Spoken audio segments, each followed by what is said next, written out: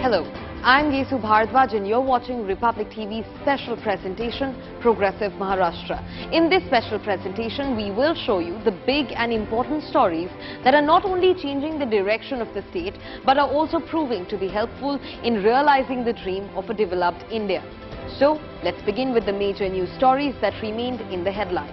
Maharashtra Chief Minister Devendra Fadnavis, Deputy Chief Minister Eknath Shinde and Deputy Chief Minister Sunetra Ajit Pawar unveiled the logo for the Nasik Trimbakeshwar Simhasta Kumbh Mela to be held in 2027. Symbols like Lord Shiva's trident, Trimbakeshwar Temple and the Arch of Kalaram Temple and the holy Godavari River have been included in the Kumbh Mela logo, which reflects the spiritual identity of the Simhasta Kumbh Mela. Speaking on the occasion, Chief Minister Devendra Fadnavis said that the logo of the Kumbh Mela reflects the rich religious and cultural heritage of Nasik and Trimbakeshwar.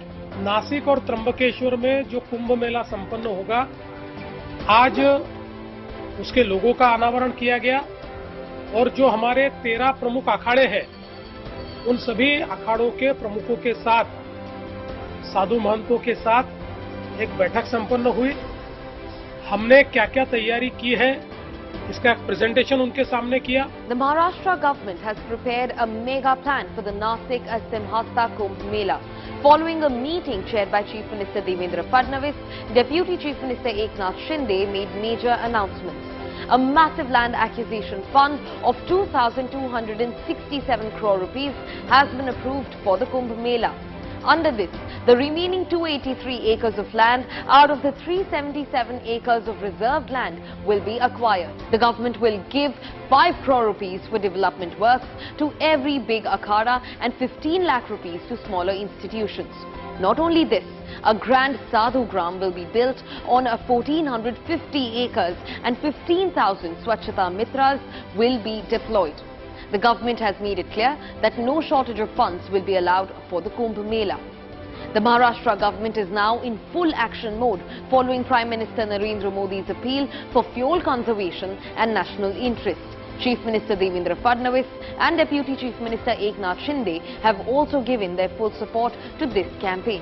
While Chief Minister Fadnavis reached the Vidhan Sabha on a bike instead of his convoy of cars, he was also seen sitting in an Indigo flight instead of a special aircraft for his journey from Pune to Bengaluru. On the other hand, Deputy Chief Minister Eknath Shinde was seen using an electric vehicle. Deputy Chief Minister Shinde said that he himself will now travel by EV vehicles and has also reduced the number of vehicles in his convoy.